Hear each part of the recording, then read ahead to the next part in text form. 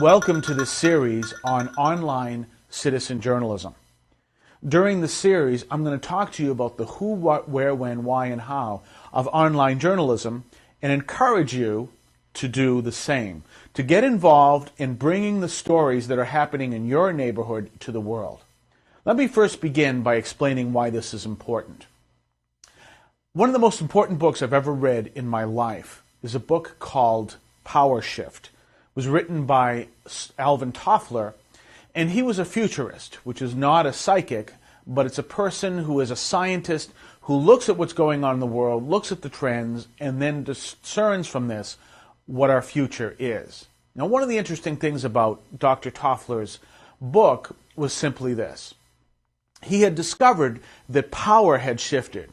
And what he said is that in the past, power was found in money, it was found in status, and it was found in military might, among other things.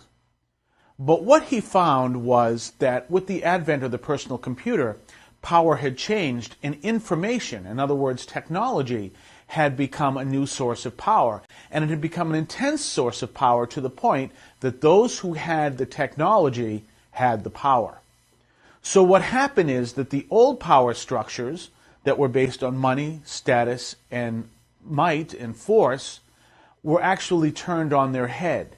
And so those who had the power of information actually were able to do and say things and speak out and change things in ways that the other groups could not tolerate anymore. And so the power had changed. Well, that's the situation we're in right now, where you, because you have access to technology, obviously by the fact you're watching this, you have the power to bring the news to the people who need to see it. That's why it's important for you to realize that your power to engage citizen journalism is essential.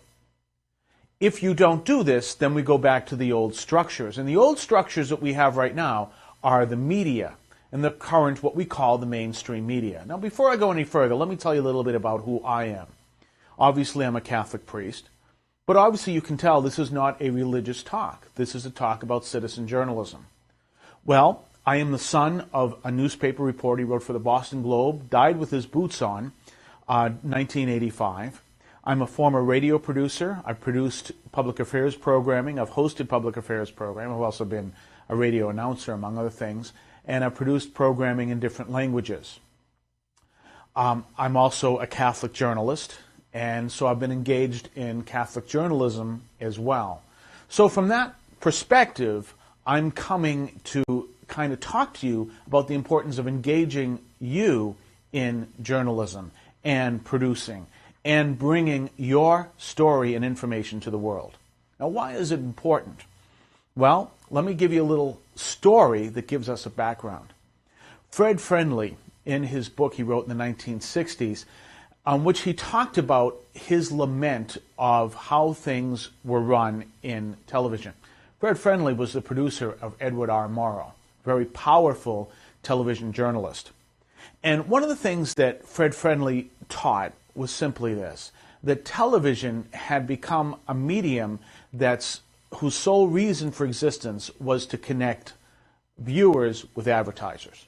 Therefore, if you're watching television and you're watching an entertainment program, that program really isn't there to entertain you. It entertains you in order to accomplish its premier purpose, which is to attract you to the advertisers. Then you may look at a news program. That news program is not there to inform you. It is there to attract you to the advertisers. And that was Fred Friendly's position. He found that rather lamentable that that's what had happened in television.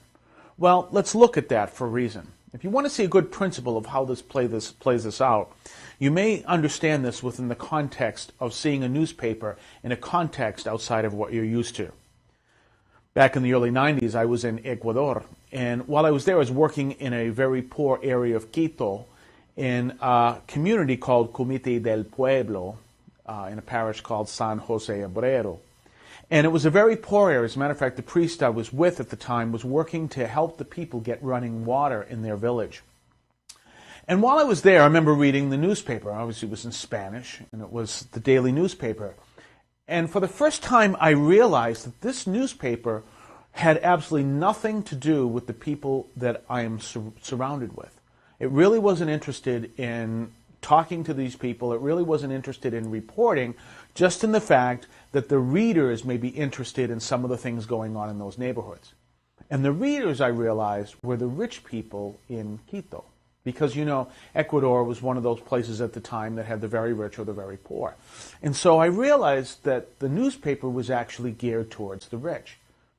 The newspaper looked exactly like they do here. And when I came back here, I realized the same principle applies here. That we can turn around and this is the news for everybody, but in fact it isn't. News, whether it's on television, on the radio, or in print, is actually geared towards a specific audience. If we go back to Fred Friendly's principle, let me show you who the audience is. The audience are not only the people who will read advertisements, but they're also people who will buy the products. Because if someone is advertising and no one is buying the product, the person is going to pull their ads. And so the media of the newspaper, television, whatever the case may be, is not geared to anyone who will watch those ads or to read those ads in a newspaper.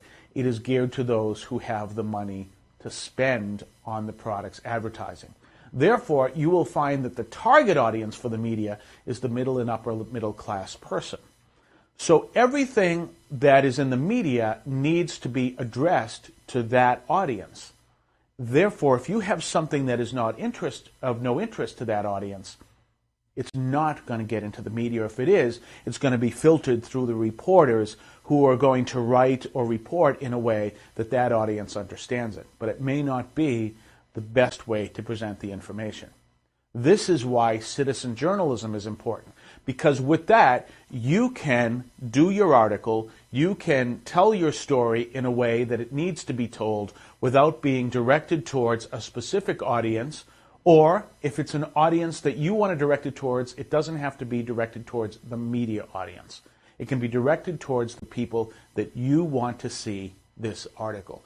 And it's important because when we realize that, now we realize that we can get the story out in a way that the media doesn't have to be involved. We've removed the middle person, and now we can tell the story as it has to be told. I'm going to continue this line of thought in my next video. So what I'd like you to do right now is I'm going to sign off here. I'd like you to look below this video, and you're going to see our video responses. And if they're not there, they're going to be there soon. And you're going to see 3 videos that we have done. They're all dealing with the issue of immigration. 2 of them involve a 1- and 2-part interview. And the third one is a press conference that we did recently here in where I'm at in Somerville, Massachusetts. The press conference, I should tell you, there were 2 English newspapers there, Somerville Journal, Somerville News in Somerville, Massachusetts. No one else. And La Semana from the Spanish community, the Latino community, was there. And so those were the only media people there. Outside of that coverage, the story wouldn't normally get out, except we were able to use the online world to bring this message. And so we have this, and we have this to go out and bring the message that needs to be told. That's what we're encouraging you to do. What is the message that you need to tell that the people who are the target audience in the media may not be interested in, but other people may be? Have a good day.